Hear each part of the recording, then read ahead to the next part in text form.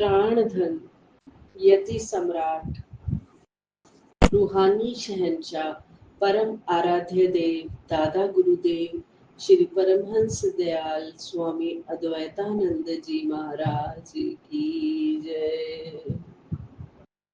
रूहानी शहंशाह, अनंत श्री विभूषित, ब्रह्मनिष्ठ, ब्रह्म श्रोत्रिय श्री 1008 श्री सद्गुरुदेव स्वामी स्वरूपानंद जी महाराज की जय। सभी गुरुमुख 13 बार गुरु शब्द का नाम का जाप करें।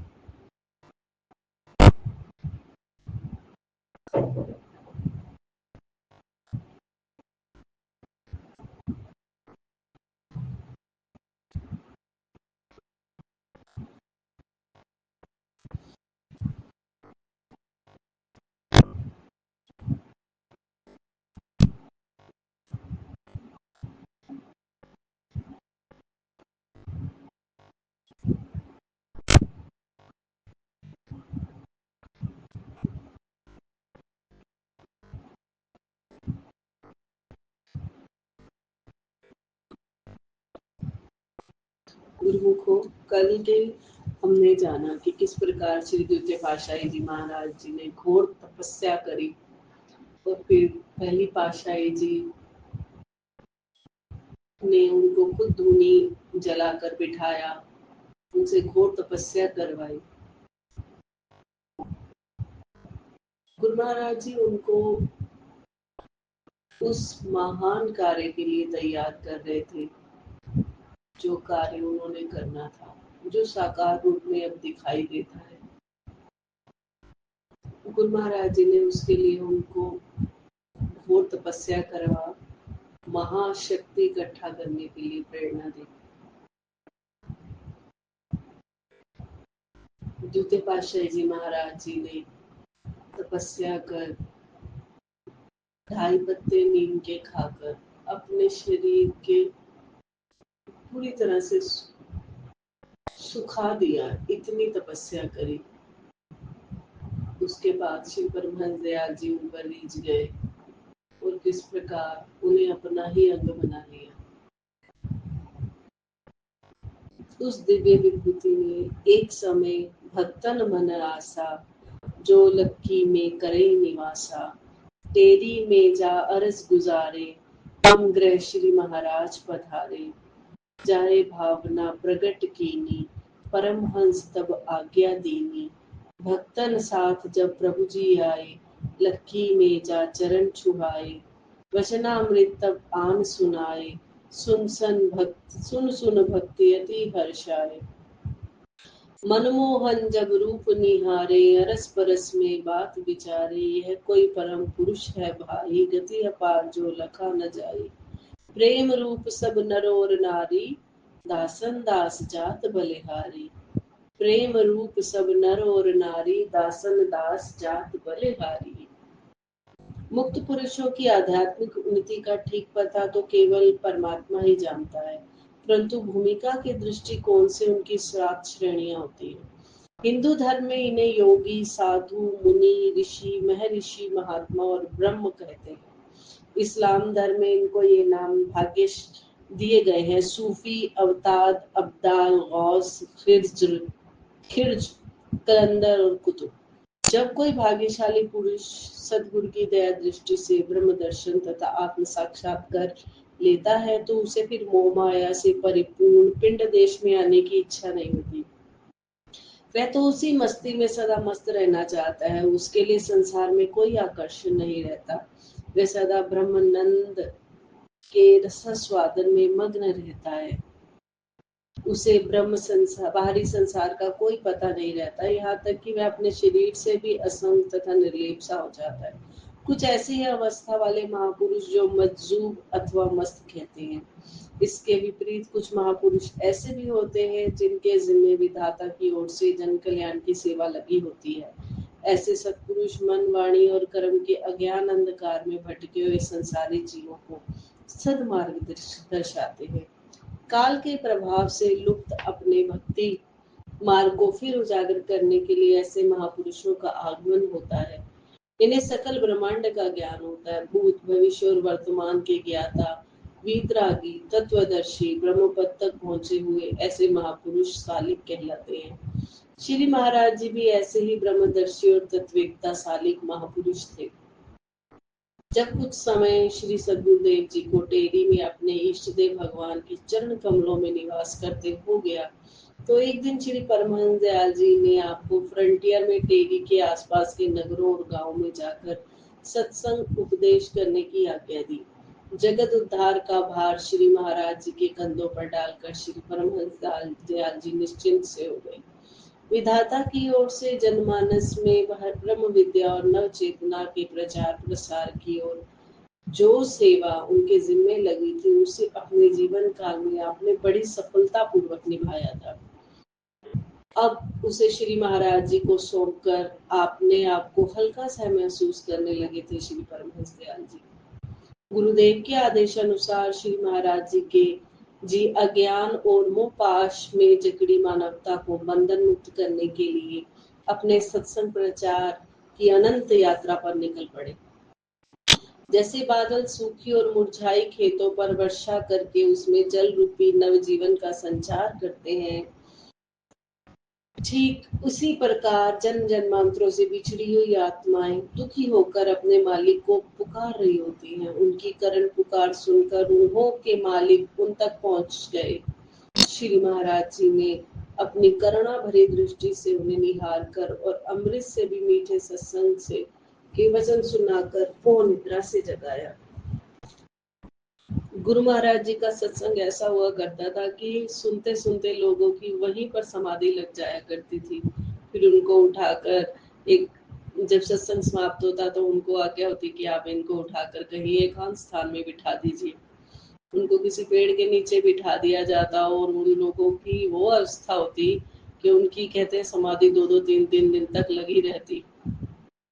ऐसा था श्री स्वरूपानंद जी महाराज जी का सत्संग। लक्की मरवत में शुभ दर्शन। श्री महाराज जी को लक्की में पधारने की प्रार्थना कुछ प्रेमी भक्तों ने टेरी में जाकर की।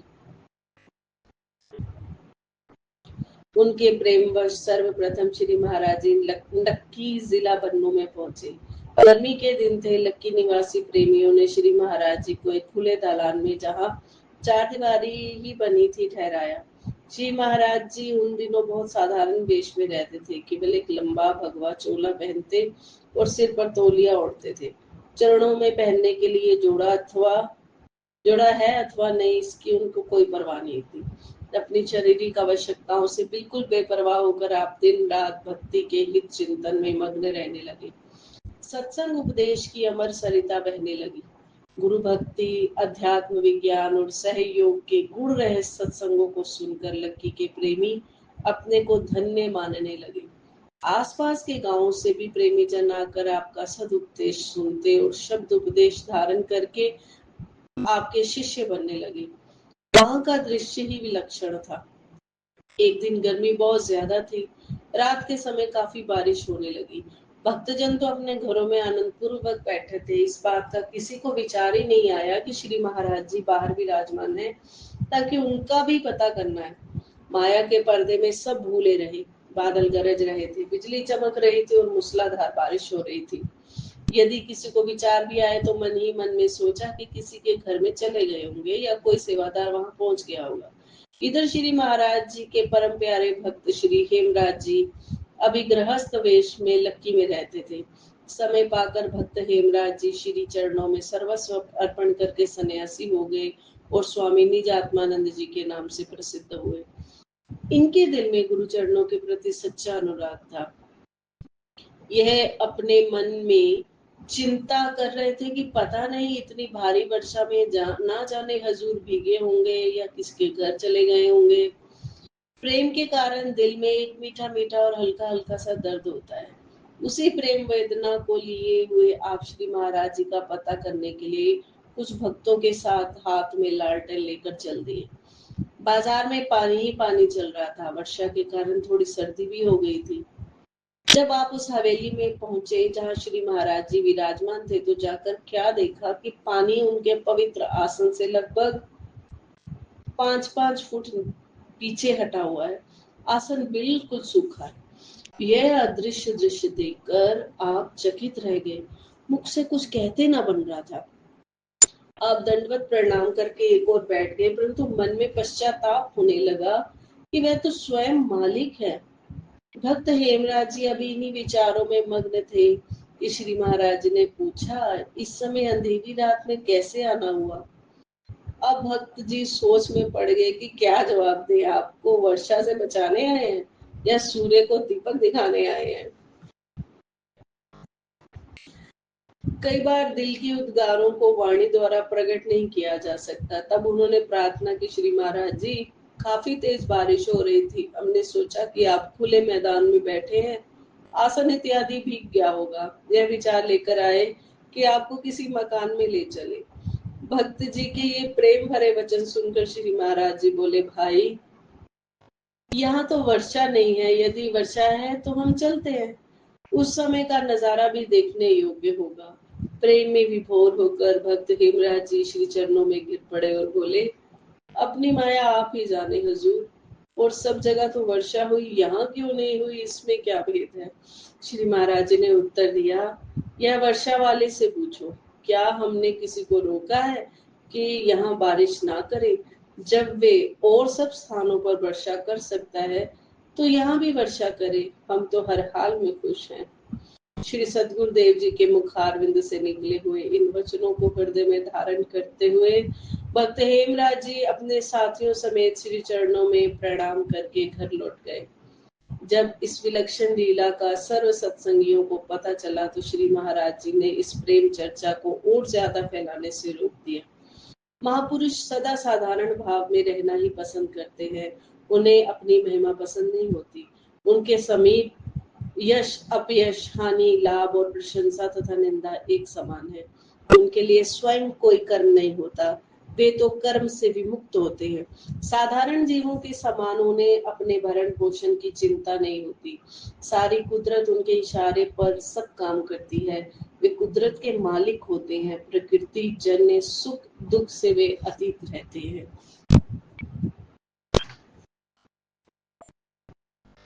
प्रेम परीक्षा। लकी मरवत और आसपास के क्षेत्रों में सत्संग प्रचार करके कुछ समय बाद श्री महाराज जी श्री परमहंस दयाल जी के चरणों में टेरी लौट आए। श्री महाराज जी के साथ लकी मरवत जिला बन्नू के भक्त हेमराज जी, जिनको स्वामी निज आत्मानंद जी कहा जाता है, भक्त द्वारा राम जी, स्वामी वैराग्यानंद जी, भक्त मूलचंद जी, स्वामी बेअंतानंद जी, भक्त सिद्धू राम जी, स्वामी हरदेवानंद जी तथा भक्त ताराचंद जी, स्वामी योग प्रकाशानंद जी इत्यादि प्रेमी जन भी श्री परमहंस दयाल जी के दर्शन करने के लिए टेरी आए। इस अद्भुत लीला का वर्णन श्री स्वामी निज आत्मानंद जी और स्वामी योग प्रकाशानंद जी ने सुनाया। साथ ही यहाँ यह बात स्मरण रहे कि इन सभी भक्तों ने श्री महाराज जी से नाम उपदेश धारण किया हुआ था। इन सब ने बड़े प्रेम तथा श्रद्धा भक्ति सहित श्री परमहंस दयाल जी के दर्शन किए और चरणों में दंडवत प्रणाम किया। अपनी मौजवश श्री परमहंस दयाल जी ने प्रेम प्रसंग छेड़ दिया। सभी भक्तों को संबोधित करते हुए पूछने लगे, सब लोग बारी बारी यहाँ बताओ कि हम आपके क्या लगते हैं। सब लोग बारी बारी ये बताओ कि हम आपके क्या लगते हैं और बाबा स्वरूपानंद जी से आपका क्या नाता है।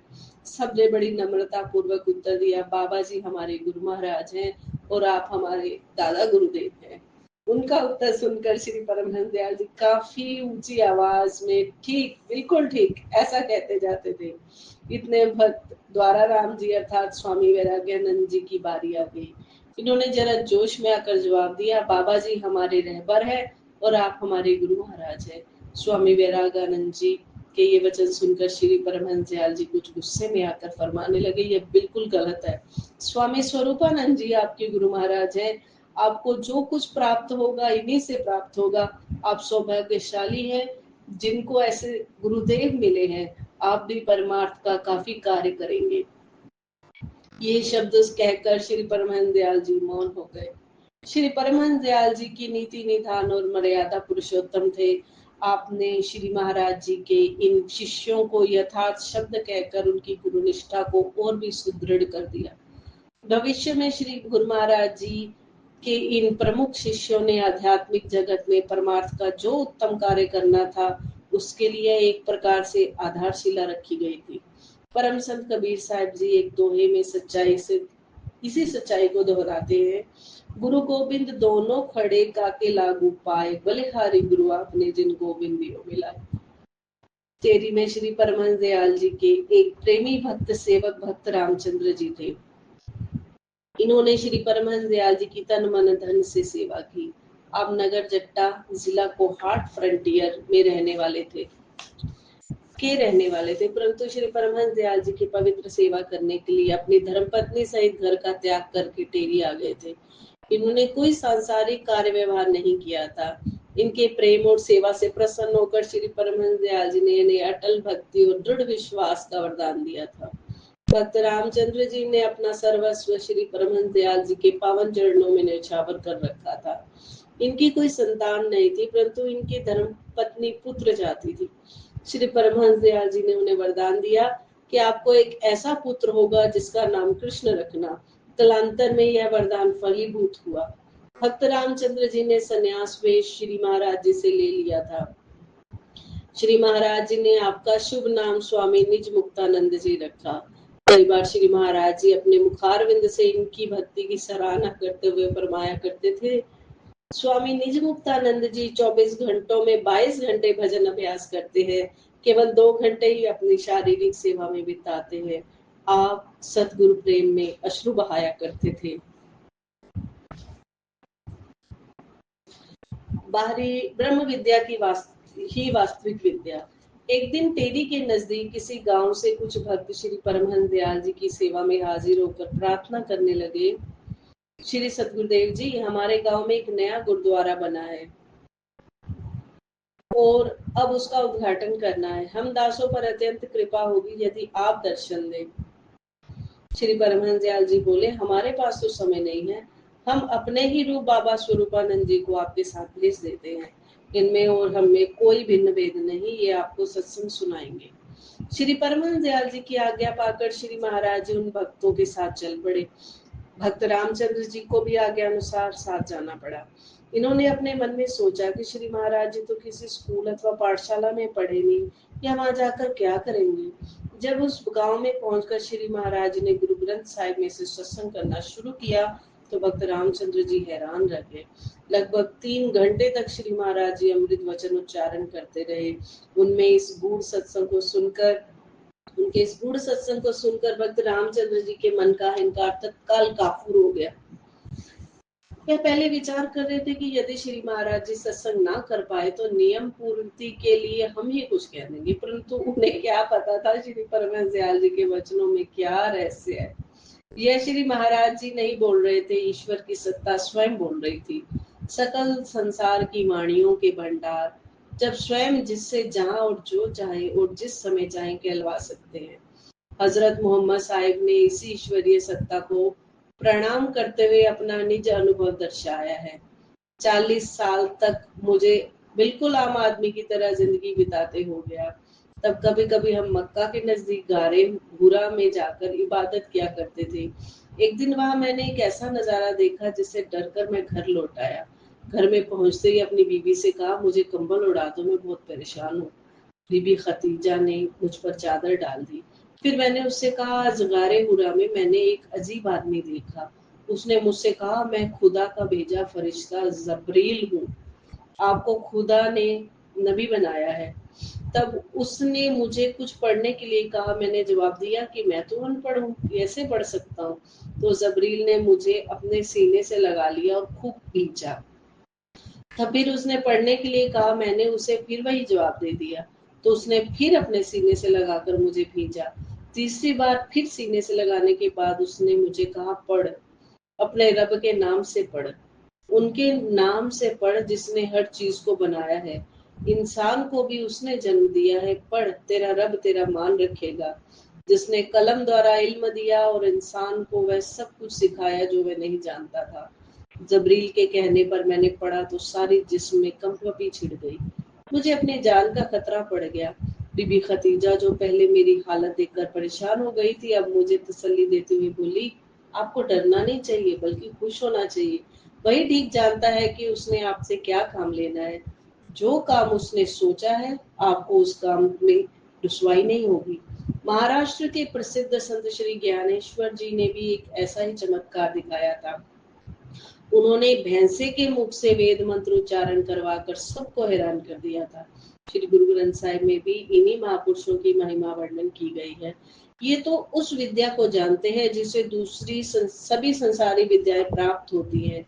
जब गुरु नानक जी को पौंदे पांदे के पास पढ़ने के लिए भेजा गया, उस समय उन्होंने पांदे से कहा कि हमें तुम उस सतनाम का बोध कराओ, हमें इन इल्मों, दावातों और कागजों से क्या सरोकार।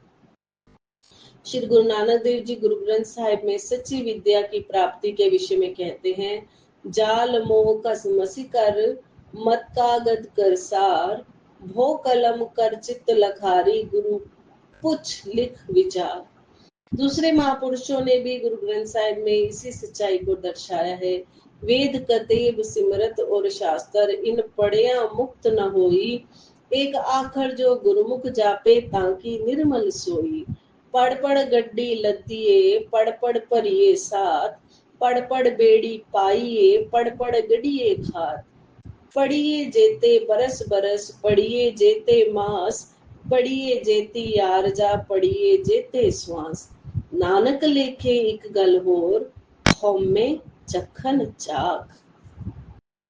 बोलो श्री परमानंद दयाल जी महाराज की जय। हे मेरे गुरु महाराज जी, आप जी का पवित्र ग्रंथ पढ़ते हुए अनेक गलतियां हुई होंगी। अपने दास समझकर, बच्चा समझकर गलतियों को क्षमा करना। आपके पवित्र ग्रंथ को सुनते हुए अनेक गलतियां हुई होंगी। गलतियों को क्षमा करते रहना दाता जी, गलतियों को क्षमा करते रहना। मैं अपराधी जीव हूँ, नखशिक भरा विकार, अपनी दया से सतगुरु कीजिए भव से पार। अपनी दया से सतगुरु कीजिए भव से पार। बोलो जयकारा बोल मेरे श्री गुरु महाराज की जय। बोलो साचे दरबार की जय। हरि हर।